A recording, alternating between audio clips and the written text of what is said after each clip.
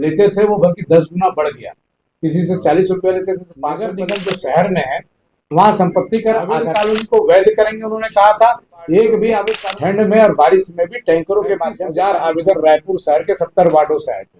सामान्य सभा में भी हमने इस मामले को उठाया। प्रतिपक्ष ने कहा है कि उस निगम ने फिसड्डी थे जो 6 जनवरी 2019 को महापौर का चुनाव हुआ। 8 जनवरी 2019 को उन्होंने रायपुर नगर निगम की सामान्य सभा में एक प्रेस कॉन्फ्रेंस बुलाया था और उस समय पहली घोषणा उन्होंने महापौर बनते ही किया था कि रायपुर शहर में जो डोर टू डोर कचरा उठाया जाता है उसको वो बंद कराएंगे, निःशुल्क हो जाएगा, किसी से भी अब डोर टू डोर कचरा कलेक्शन नहीं लेंगे।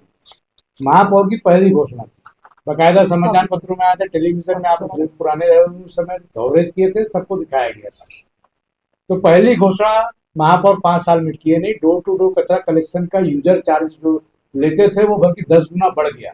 किसी से 40 रुपया लेते थे तो 500 रुपये लेने लगे, किसी से 500 रुपये लेते थे तो 5,500 रुपये लेने लगे। तो महापौर ने जनता की जेब में डाका डालने का काम, जो अपनी घोषणा थी उसको पूरा नहीं किया और लूटने का काम किया। दूसरा, उन्होंने कांग्रेस पार्टी ने कहा था कि नगरीय निकाय चुनाव में महापौर यदि उनके बन जाते हैं, सरकार उनकी आ जाती है, महापौर नगर निगम में भी कांग्रेस के बन जाते हैं तो नगर निगम जो शहर में है वहां संपत्ति कर आधा करेंगे, दुकान और मकान का संपत्ति कर आधा करेंगे, ये घोषणा पत्र में। तो महापौर से आने वाले समय में पूछा जाएगा, कांग्रेस से पूछा जाएगा कि आपने संपत्ति कर आधा क्यों नहीं किया? पूरे 5 साल निकल गया, बल्कि संपत्ति कर में वृद्धि हो गई। यदि किसी का 5,000 रुपये संपत्ति कर लिया जाता था तो उससे 15,000 रुपये लेने लग गया। झुग्गी झोपड़ी में यदि किसी से 400 रुपये जो संपत्ति कर लिया जाता था तो उससे 4,000 रुपये संपत्ति कर लेने लगे।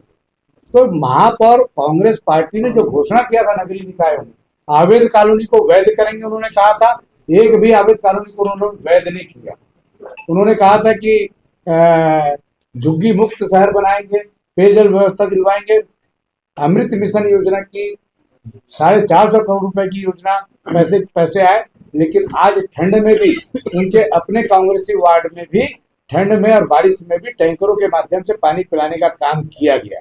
आज भी ब्राह्मणपारा हो, पुरानी बस्ती हो, चाहे टैगोर नगर हो, चाहे टिकरापारा क्षेत्र हो, उन क्षेत्रों में गर्मी ठंड में भी टैंकरों से पानी पिलाया जा रहा है। जहां तक बात है कि महापौर ने एक चीज और बोला है जो पेपर में छपा है हेडलाइन, कि हमको तो अपनों ने ही लूटा, गैरों से क्या। तो आपने इस प्रश्न को नहीं पूछा। तो महापौर से पूछना था कि वो कौन से कांग्रेसी हैं जिन्होंने कांग्रेस के महापौर को लूटने का काम किया और धोखा देने का काम किया।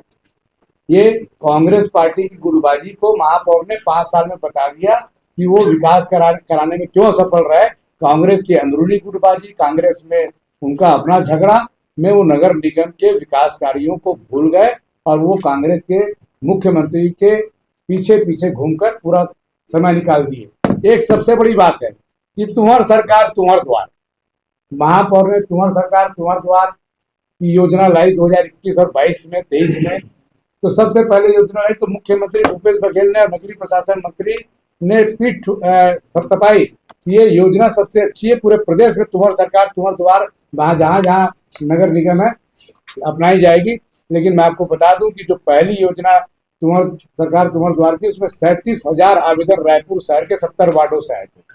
37,000 आवेदन में से 30,000 जो थे राशन कार्ड, मजदूर कार्ड, आधार कार्ड, आय प्रमाण पत्र, जन्म प्रमाण पत्र, मृत्यु प्रमाण पत्र, ये सब संबंधित जो थे वहां पे बन गए।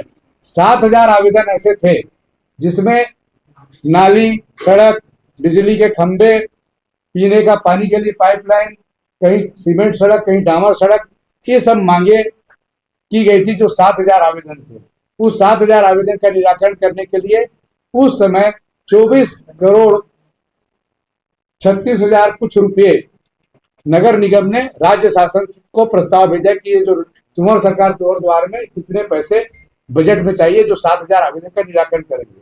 सामान्य सभा में भी हमने इस मामले को उठाया कि तुम्हार द्वार तुम्हार सरकार के जो 7,000 आवेदन जनता के आए थे महापौर जी, उसका पैसा कब आएगा, उसको विकास कार्य कब होंगे।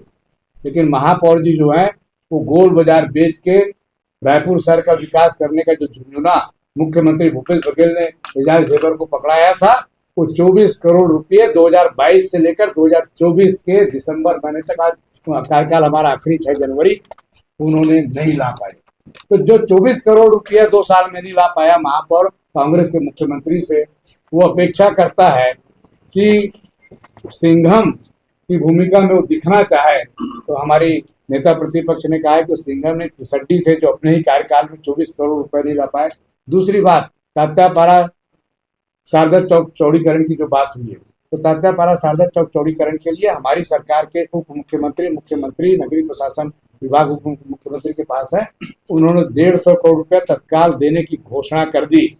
10 लाख रुपया बजट में प्रावधान कर नारियल फोड़ने वाले मुख्यमंत्री भूपेश बघेल कांग्रेस के और महापौर एजाज ढेबर ने इस शहर को आचार संहिता लगने के एक दिन पहले केवल सज्जबाग दिखाया था। झूठ, रेप, लूट में महापौर भी लगे रहे और भूपेश बघेल भी लगे रहे।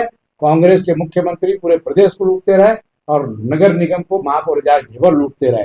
ये भारतीय जनता पार्टी ने, चाहे प्रधानमंत्री आवास योजना का पैसा 2021 में चला गया हो, चाहे नगर निगम में आम जनता को पीने का पानी ना मिला हो, और एक भी सड़क चौड़ीकरण या एक भी सड़क में डिवाइडर नया लगाकर नई लाइटें वो नहीं लगा पाए। जितने काम हुए चौक चौराहे वो केवल स्मार्ट सिटी योजना के हुए, और स्मार्ट सिटी योजना जो रायपुर शहर और नए रायपुर के लिए थी, उसका हिसाब कांग्रेस सरकार और एजाज ढेबर नगर निगम के महापौर के रूप में दिल्ली भारत सरकार को उन्होंने नहीं भेजा। उसका परिणाम ये हुआ कि नई राजधानी का हमारा जो बजट है, जो पैसा आना था, वो नहीं आ पाया। ये सबसे बड़ी सफलता है। 15 साल के भारतीय जनता पार्टी के कार्यकाल में हिसाब चला जाता था। नई राजधानी में जो आप चकाचौंध देख रहे हैं, वो भारतीय जनता पार्टी के मुख्यमंत्री डॉक्टर रमन सिंह के रहते हो पाया, और मुख्यमंत्री भूपेश बघेल कांग्रेस के थे। और शहर में 20 साल बाद, 2005 के बाद 2019 में एक पार्टी कांग्रेस की और कांग्रेस का महापौर बैठा था। उस समय भारतीय जनता पार्टी के महापौर सुनील सोनी और मुख्यमंत्री डॉक्टर रमन सिंह थे। उस समय जो विकास हुआ, सड़कें चौड़ी हुई, कई सड़कें बनी, गौरव पथ बना, पुल पुलिया बना, डिवाइडर बने, केनाल रोड बने। तो आप देखिए कि आप देख सकते हैं कि झूठ के पहाड़ में खड़े महापौर और भारतीय जनता पार्टी के महापौर सुनील सोनी का कार्यकाल हो, मंत्री ब्रिजमोहन अग्रवाल जी का कार्यकाल हो, डॉक्टर रमन सिंह का कार्यकाल हो, राजेश मूर्ति जी का कार्यकाल हो, उसमें विकास की गंगा बही है।